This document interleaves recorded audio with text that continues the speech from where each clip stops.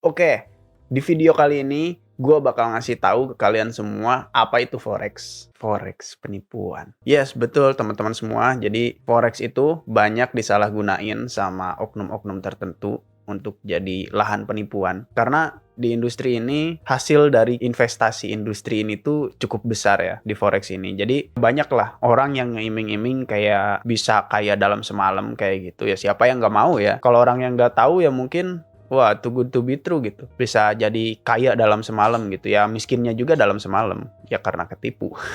Tapi kita nggak akan ngebahas itu. Kita bakal ngebahas apa sih forex itu yang sebenarnya gitu ya.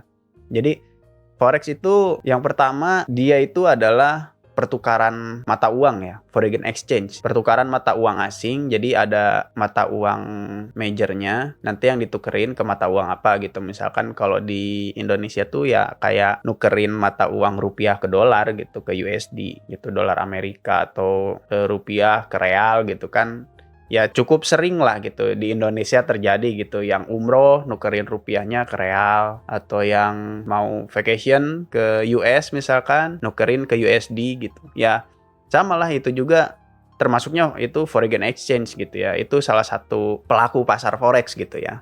Entah itu dia nukernya mau langsung ke bank atau dia nukernya ke money changer lokal gitu. Ya itulah forex. Jadi videonya sekian aja, cukup sampai di sini.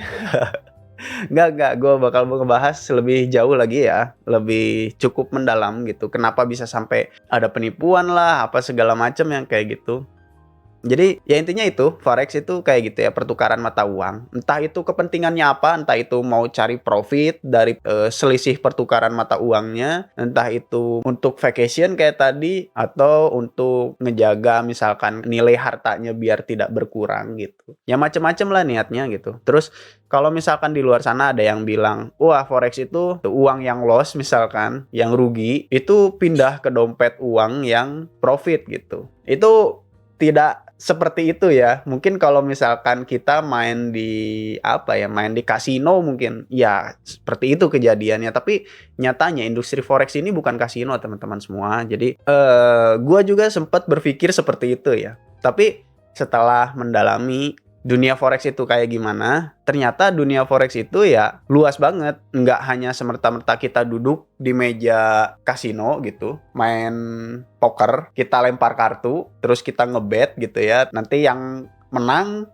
duitnya dari yang kalah, nggak kayak gitu. Cuma misalkan gini deh, gue beli USD misalkan harganya sekarang berapa? 15.000 ya. Gue beli USD, misalkan beli $100 nih, dengan harga 15.000 berarti kan 1,5 juta ya. Ternyata di 5 hari kemudian dolarnya turun jadi 14.000. Terus gue jual rugi nih gitu ke temen gue, ada di belahan Indonesia yang lain gitu. Temen gue mau pergi ke US gitu, dan pada saat itu harganya 14.000, gue jual dengan harga 14.000 gitu. Gue rugi kan, rugi ibaratnya ya rugi 100.000 lah gitu, karena punya 100 USD kan.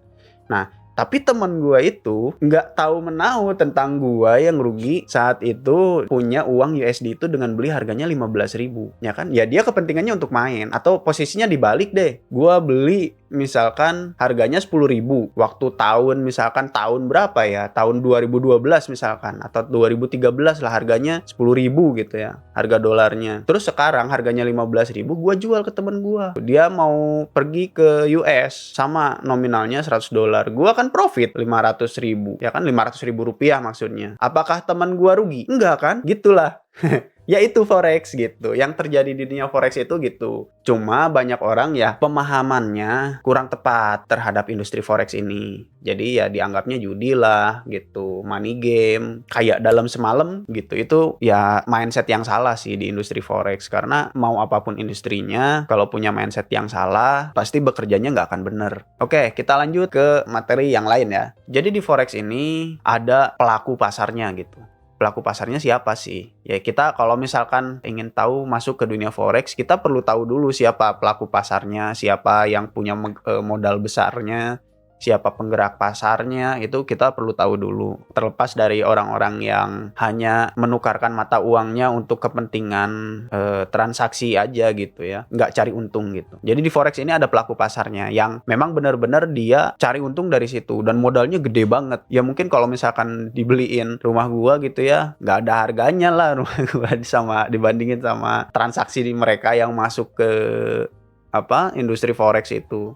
Jadi gua bakal kasih tahu siapa aja yang penggerak pasarnya, khususnya yang pemain besarnya gitu ya, yang wah kalau dia masuk ke market harganya langsung berubah gitu, dia keluar ke market harganya langsung anjlok, masuk langsung naik gitu. Ya nggak langsung juga sih, tapi ada dampaknya gitu ya.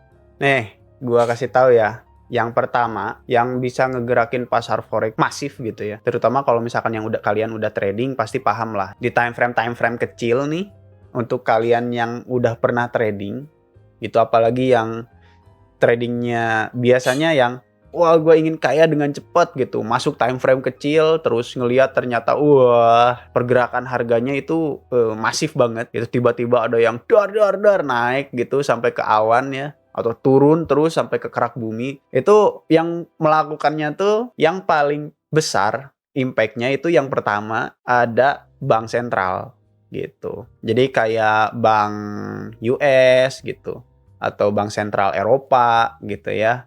Terus ada lagi BOJ, Bank of Japan gitu. Bank sentral di Jepang. Itu mereka sama ikut trading juga gitu. Terus ada hedge fund. Nah, terus ada broker juga nih. Broker juga mereka ikut trading juga. Broker yang ngurusin trading orang-orang gitu, yang ngurusin akun trading orang, ya mereka juga bisa trading lah gitu. Terus ada juga retail trader kayak saya gitu, yang nyisihin uang jajan terus masukin depositoin ke broker terus ditradingin gitu ya. Ya cukup buat jajan bakso atau makan sehari-hari lah hasilnya gitu. Jadi ya itulah para penggeraknya, contoh-contohnya kayak gitu. Kok bisa sih mereka jual atau beli gitu ya? Si orang-orang yang gede nih, yang gemuk-gemuk duitnya, mereka biasanya diindikasiin dari ada news apa yang mau dirilis gitu, ada yang dirilis gitu, atau mereka tahu laporan ke ekonomi seperti apa gitu. Terus ada juga yang mereka tradingnya tuh pakai robot, pakai algoritma berdasarkan analisa teknikal ya, gitu pakai robot.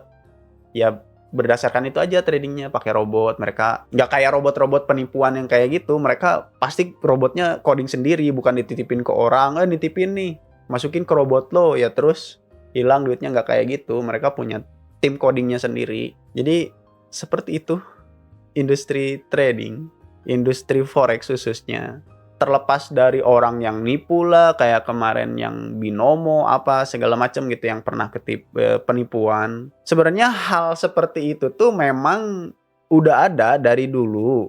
Cuman karena kemarin mungkin hype ya, lagi ada social distancing gitu.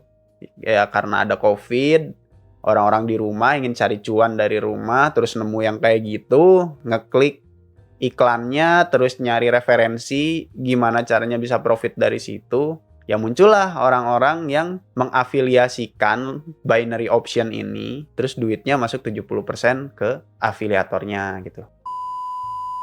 Sekian aja, udah panjang banget videonya. Nanti kita lanjutin di next video. Kalau mau ada materi apa yang mau dibahas gitu seputar keuangan, seputar apapun gitu, mindset keuangan, pokoknya seputar keuangan deh, nanti kita bahas bareng-bareng. Komen aja di kolom komentar, jangan lupa di-subscribe juga biar aku seneng, biar kita semua seneng, karena ya udahlah gitu. Oke, bye-bye. Peace.